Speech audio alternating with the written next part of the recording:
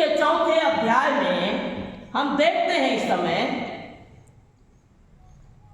भविष्यवक्ताओं के चेलों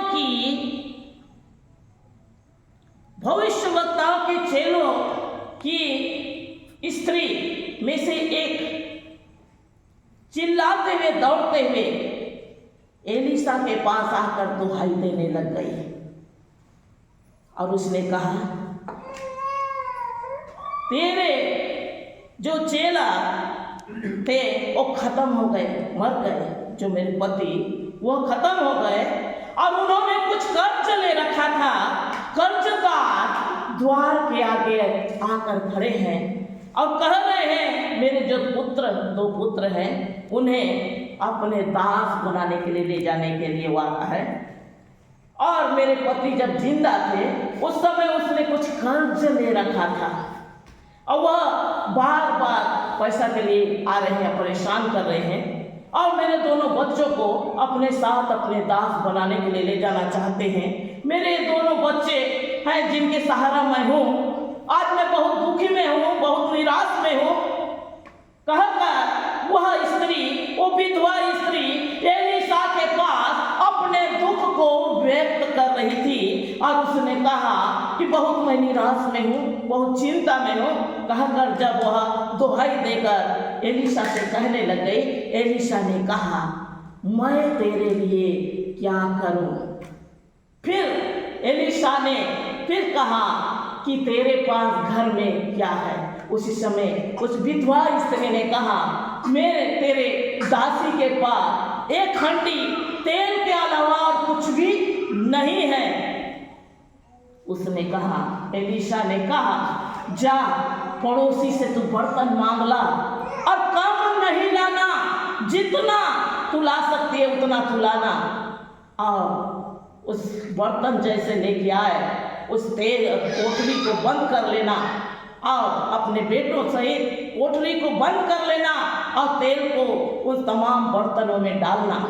एक प्रकार से जब एलीशा ने कह दिया, उसी समय वो स्त्री उस गलियों में, पड़ोसियों में जाकर तमाम लोगों से वो बर्तन इकट्ठा करने लग गई।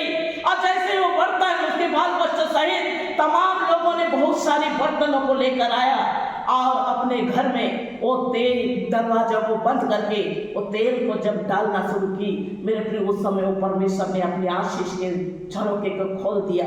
वो यहोवा ने उस आशीष के झरोखे को खोल दिया और वह बर्तन पूरी रीति से भर गया। और जब वो स्त्री कहने लगी, लाओ मेरे पास बर्तन, जब ये बात उसने सुना कि अब बर्तन खत्म हो गया, तब तक से परमेश्वर ने वो आशीष को खोल के रखा था। हालेलुया। वह परमेश्वर हमारे साथ में है। वो हमारे जीवन में खाने और पीने से लेकर हर एक बातों में आशीष देने वाला परमेश्वर हमारे साथ में है। हमको चिंता करने की आवश्यकता नहीं है। हम क्या खाएंगे, क्या पिएंगे, क्या पहनेंगे, कैसे हमारा जीवन होगा, कैसे हमारा कल होगा, इन बातों को चिंता करने की आवश्यकता नहीं है।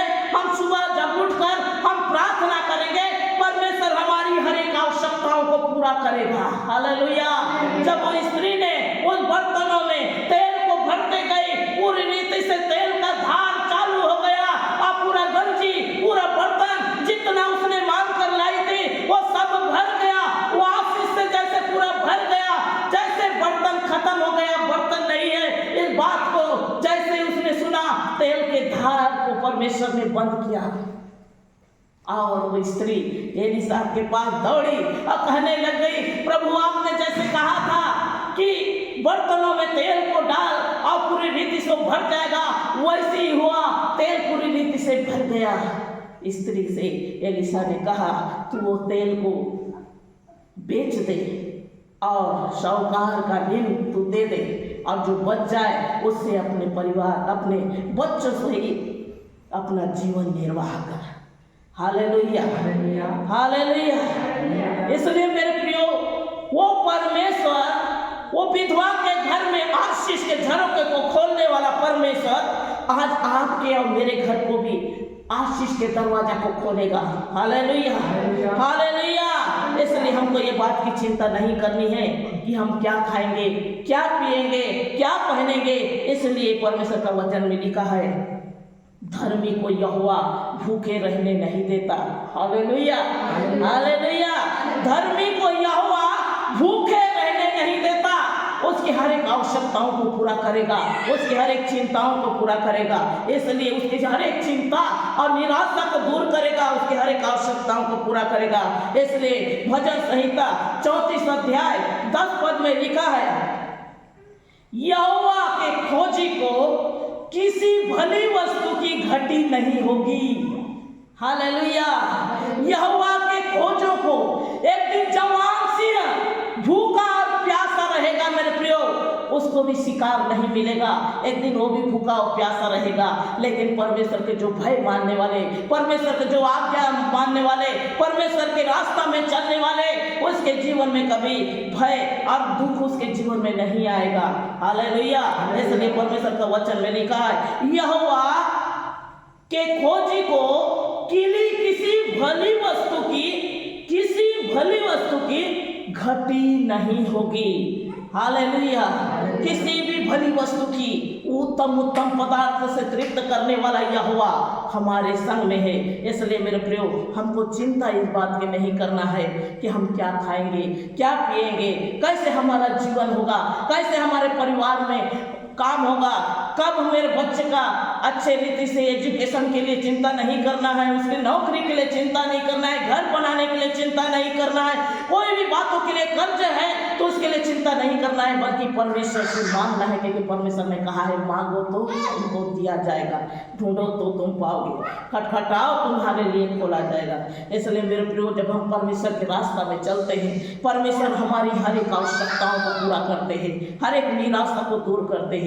इसलिए हम परमेश्वर के रास्ता में जब हम चले, आनंद के साथ परमेश्वर को भय मानकर जब चले, तो परमेश्वर हमारी हर एक मुरादों को पूरा करेगा और उड़काव के नए उड़ने के लिए नए नए रास्तों को हमारे लिए खोलेगा। आमीन। Hallelujah, hallelujah. परमेश्वर छोटे से वचन द्वारा आप सबों को आशीष को दें। आमीन।